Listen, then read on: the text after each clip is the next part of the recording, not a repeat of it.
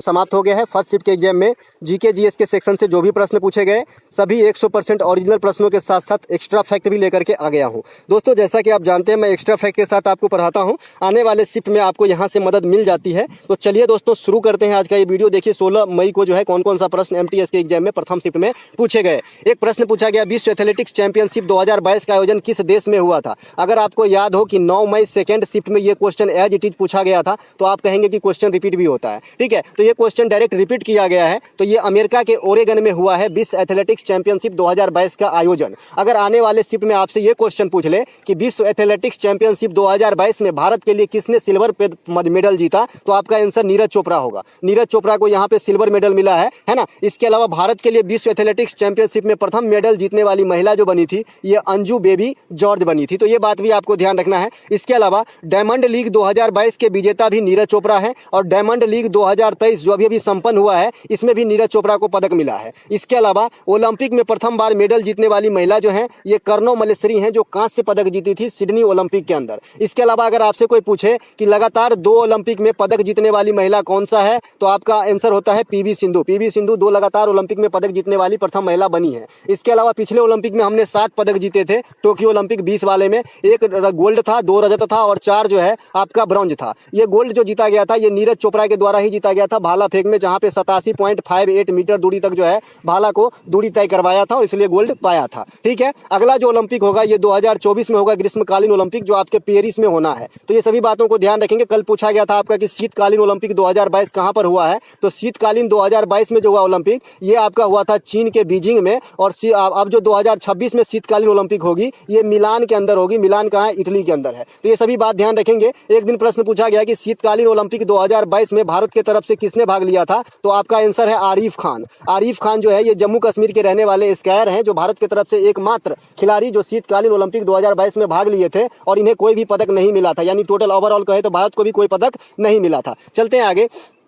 अगला एक प्रश्न पूछा गया था कि 1999 में पंडित रविशंकर को भारत रत्न दिया गया था, तो किस लिए दिया गया था। इनडायरेक्टली आपसे पूछ रहा है कि पंडित रविशंकर साहब किस चीज से जुड़े हुए हैं। तो पंडित रविशंकर सितार प्ले करते थे, आप सभी जानते हैं। संगीत के क्षेत्र में मैंने आपको बता रखा है कि 6 कैरेक्टर को जो है भारत रत्न दिया गया है। सबसे पहले संगीत के क्षेत्र में एम सुब्बालक्ष्मी 1998 कर्नाटक संगीत के लिए दिया गया है। आपसे एक चीज और बता दूं, कर्नाटक संगीत हो चाहे हिंदुस्तानी शास्त्रीय संगीत हो, इन दोनों में स्वर की जो टाइप होते हैं वो 12 टाइप के स्वर होते हैं। ये भी क्वेश्चन पूछा गया है CHSL में, तो ध्यान रखेंगे। इसके अलावा अगले साल 1999 में 98 के बाद 99 आती है तो पंडित रविशंकर को सितार प्ले के लिए जो है भारत रत्न दिया गया था। इसके अलावा 2000 ईस्वी में भारत रत्न किसी को भी नहीं दिया गया। 2001 ईस्वी में बिस्मिल्लाह खां शहनाई प्ले करते थे और लता मंगेशकर गायकी, इन दोनों को कंबाइंड रूप से जो है भारत रत्न दिया गया। 2008 में पंडित भीमसेन जोशी और 2019 में भूपेन हजारिका। तो ये कुल मिला के 6 कैरेक्टर हैं जिसे भारत रत्न दिया जा चुका है। ठीक है, भूपेन हजारिका साहब के नाम पे इंडिया में नदी के ऊपर स्थित सबसे बड़ा ब्रिज है जिसे ढोला सादिया ब्रिज भी कहा जाता है। तो ये बात भी ध्यान रखेंगे कि वर्तमान समय में इंडिया में नदी के ऊपर स्थित सबसे लंबी पुल कौन सा है,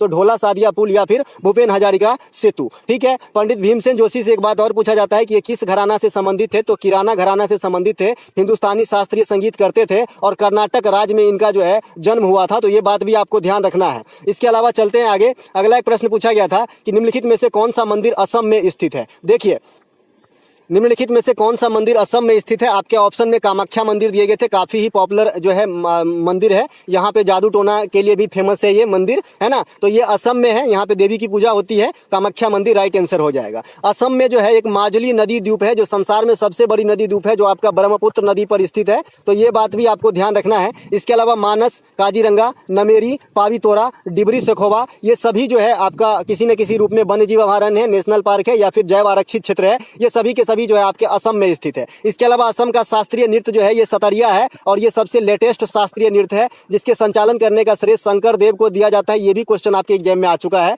ना। इसके अलावा अंबुबाची मेला का आयोजन कहाँ होता है, तो कामाख्या मंदिर के परिसर में ही होता है। अब कामाख्या मंदिर ही असम के जोरहाट में है तो वहीं पर अंबुबाची मेला भी होता है। इसके अलावा असम के और प्रमुख त्योहारों में जो है ये बिहू है और बगुरम्बा है, बिछुआ भी है ना। बिहू, बगुरम्बा, बिछुआ। देखिए बिहू जो है ये 3 प्रकार के होते हैं, रंगोली बिहू, माघी बिहू, काटी बिहू। तो ये बात भी आपको ध्यान रखना है। है, जिसमें होली के समय जो बिहू होता है यानी अप्रैल महीना में जो बिहू होता है उसे रंगोली बिहू कहा जाता है। कि अप्रैल महीना में जो बिहू होगा तो होली के लगभग पास में होता है, क्योंकि होली जो है जनरली फरवरी के लास्ट और मार्च में होता है, तो उसके जस्ट बाद जो बिहू होता है उसे रंगोली बिहू कहा जाता है और यही ज्यादातर पूछा जाता है। ठीक है, इसके अलावा चलते हैं आगे। अगला जो हमारा प्रश्न है ये पूछा गया था कि भगवान मुरुगन की पूजा किस राज्य में होती है। देखिए अगला जो प्रश्न आया था कि भगवान मुरुगन की पूजा किस राज्य में होती है। देखिए भगवान मुरुगन ये भगवान कार्तिकेय जो है ना, कार्तिकेय है ना, भगवान शंकर के बड़े पुत्र जो है कार्तिकेय गणेश जी के भाई हैं, है ना। तो इनको जो है साउथ के तमिलनाडु में भगवान मुरुगन कहा जाता है। ठीक है, तो भगवान मुरुगन की पूजा तमिलनाडु आंसर हो जाएगा।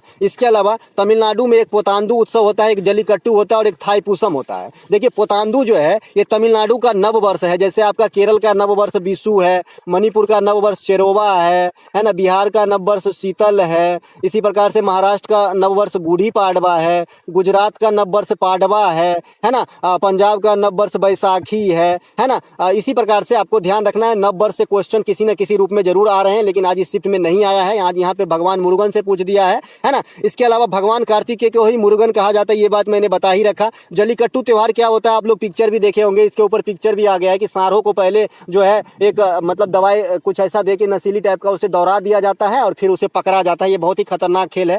थाईपुसम जो है ये सुई चुभोकर एक जो है गाड़ी वाड़ी खींचे जाते हैं, ये भी भगवान से धार्मिक त्योहार है। इसके अलावा बतुकम्मा और बोनालू महोत्सव का आयोजन तेलंगाना में होता है, जिसमें बतुकम्मा को फूलों का त्योहार कहा जाता है, फूलों का त्योहार। और बतुकम्मा से क्वेश्चन और पूछा जाता है कि इसमें किस देवी की पूजा होती है, तो गौरी की पूजा होती है, महागौरी की। ठीक है, तो ये बात भी ध्यान रखेंगे। साथ ही साथ मेदराम जात्रा त्योहार भी आपका तेलंगाना में भी होता है। इसके अलावा अगला जो प्रश्न पूछा गया, निम्नलिखित में से कौन सी नदी बंगाल की खाड़ी में नहीं गिरती है। देखिए मैंने बंगाल की खाड़ी में गिरने वाली नदियों का आपका कोड बता दिया है, समगोकका, है ना। भले ही जैसे याद रखिए, आपको काम है याद रखना। समगोकका, स से स्वर्ण रेखा, मौ से महानदी, गौ से गोदावरी, कौ से कृष्णा और का से कावेरी, ये 5 मेजर नदी है। इसके अलावा गंगा भी है ना, कि आपका जो है बंगाल के खाड़ी में गिरती है। इसके अलावा जो भी ऑप्शन में रहा होगा आपका राइट आंसर हो जाएगा। ऑप्शन में मे भी नर्मदा, माही, ताप्ती, ये सब में से कोई भी आपको हो सकता है कि ये सब जो है अरब सागर में गिरने वाली नदियां हैं। और अभी जो मैंने कोड लिखा था और जिसका व्याख्या किया, ये आपका बंगाल के खाड़ी में गिरने वाली नदियों में से है। अब आ जाते हैं यहाँ पे, बंगाल की खाड़ी में गिरने वाली नदी जो है गोदावरी, स्वर्णरेखा, कावेरी, कृष्णा, गंगा, महानदी। ठीक है, अब यहाँ से प्रायद्वीपीय भारत की सबसे बड़ी नदी जो बंगाल की खाड़ी में गिरती है, ऐसे भी क्वेश्चन पूछे गए हैं, तो गोदावरी हो जाएगा। प्रायद्वीपीय भारत की दूसरी सबसे बड़ी नदी जो बंगाल की खाड़ी में गिरती है, कृष्णा हो जाएगा। प्रायद्वीपीय भारत की तीसरी सबसे बड़ी नदी जो बंगाल की खाड़ी में गिरती है, महानदी हो जाएगा। महानदी के बारे में क्वेश्चन पूछा जाता है कि किस राज्य से बहती है, तो छत्तीसगढ़ से उत्पादित मतलब उत्सर्जन मतलब क्या बोलते हैं उसका उद्गम होते हैं और आपका जो है उड़ीसा होकर बहती है। देखिए उड़ीसा में जो महानदी बांध परियोजना है, जो इंडिया की सबसे लंबी बांध परियोजना है, ये महानदी पर ही स्थित है। इसके अलावा माही नदी कर्क रेखा को 2 बार काटता है इंडिया के अंदर। इंडिया के अंदर कर्क रेखा कितने राज्यों से होकर गुजरते हैं, तो 8 राज्यों से। ये 8 राज्य कौन सा है, तो गुजरात है, राजस्थान है, मध्य प्रदेश है, छत्तीसगढ़ है, झारखंड है, पश्चिम बंगाल है, त्रिपुरा है, मिजोरम है। तो इस प्रकार से जो है आपको ध्यान रखना है। इसके अलावा लूनी नदी कक्षकिरण में विलुप्त हो जाती है और कक्षकिरण कहाँ है भैया, गुजरात के अंदर है, तो ये बात भी ध्यान रखना है। इसके अलावा फिर से एक ज्योग्राफी से क्वेश्चन पूछा कि भारत की सबसे लंबी स्थलीय सीमा किस देश के साथ लगती है। काफी आज का जो शिफ्ट है, जो भी मुझे प्रश्न प्राप्त हुए हैं उसमें से अधिकांश क्वेश्चन मैंने बता के रखा और काफी ईजी है, सब जानते हैं, बताए चाहे नहीं बताए, है ना। तो भारत की सबसे स्थलीय लंबी सीमा बांग्लादेश के साथ लगती है, 4096 किलोमीटर की दूरी तय करती है। इसके अलावा दूसरी सर्वाधिक लंबी सीमा जो है ये चीना के साथ लगती है और तीसरी सर्वाधिक लंबी सीमा जो है अपना बगल वाला पाकिस्तान के साथ लगता है। भारत की सबसे छोटी सीमा अफगानिस्तान के साथ लगती है, 106 किलोमीटर या 108 किलोमीटर। और ये सीमा कहां पे लगती है, तो पीओके के पास लगती है, लद्दाख की साइड में। ठीक है, पीओके जो है ना, पाकिस्तान अधिकृत कश्मीर जो है, वहीं पे छोटा सा छोटकू सा सीमा लगता है अफगानिस्तान का भारत के साथ, जो लगभग 106 या 108 किलोमीटर की दूरी तय करता है। भारत की तटीय राज्यों में सर्वाधिक लंबी सीमा भी पूछा जाता है, तो गुजरात का सबसे लंबा सीमा है तटीय राज्यों में। दूसरा स्थान आंध्र प्रदेश का है, तो दोनों बात ध्यान रखेंगे। इसके अलावा भारत की जलीय सीमा श्रीलंका से लगता है और श्रीलंका भारत से किस चीज से अलग होता है, तो भैया पाक जलडमरू मध्य से अलग होता है।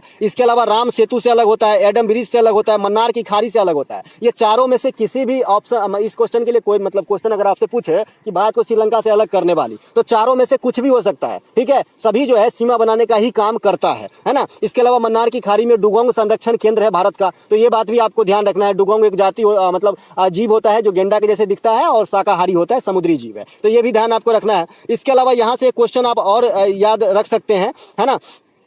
की। चलिए याद आएगा तो बता देंगे। थोड़ा सा मैं यहाँ पे जो बताना चाह रहा था वो मिस हो गया है ना। चलते हैं आगे। अगला एक प्रश्न जो पूछा गया है कि अशोक का शिलालेख कुल कितनी भाषा में लिखी गई है ना। अशोक का शिलालेख जो है कुल कितनी भाषा में लिखी गई है। तो अशोक का शिलालेख जो है ये आपका 3 भाषा में जो है लिखी गई है। प्राकृतिक, अरमाइक, यूनानी है ना, यूनानी है ना। इसके अलावा खरोष्टी, ब्राह्मणी और ग्रीक ये लिपियों का भी जो है प्रयोग हुआ है अशोक के शिलालेख में। आप लोग बताइएगा कि इसमें आंसर आप लोग क्या लगाए हैं, है ना। इसके अलावा जो आपका अशोक के शिलालेख है ये पढ़ने की सफलता सबसे पहले किसे मिला था, तो जेम्स प्रिंसेप नामक व्यक्ति को मिला था। तो ये बात आपको ध्यान रखना है कि अशोक के शिलालेख को सबसे पहले किसने पढ़ा था, तो जेम्स प्रिंसेप पढ़ा था, है ना। इसके अलावा सभी शिलालेखों में सबसे बड़ा जो शिलालेख है अशोक का ये 13वां शिलालेख है ना। इसके अलावा आपसे क्वेश्चन पूछा जाता है कि भारत में शिलालेखों का प्रचलन किसके समय से हुआ, तो आप कहोगे कि भैया अशोक के समय से। सबसे पहले जो शिलालेख है इन्हीं से अशोक के बारे में ही शिलालेख मिलती है सबसे पहले, बाद में और भी शासक के मिले, है ना। इसके अलावा अशोक का जो टोपरा अभिलेख है या फिर मेरठ अभिलेख है इसको उठा के ले गया था कौन, फिरोज शाह तुगलक। कहाँ ले गया था, दिल्ली। तो ये भी क्वेश्चन अलग से पूछा जाता है कि अशोक के टोपरा और मेरठ अभिलेख को जो है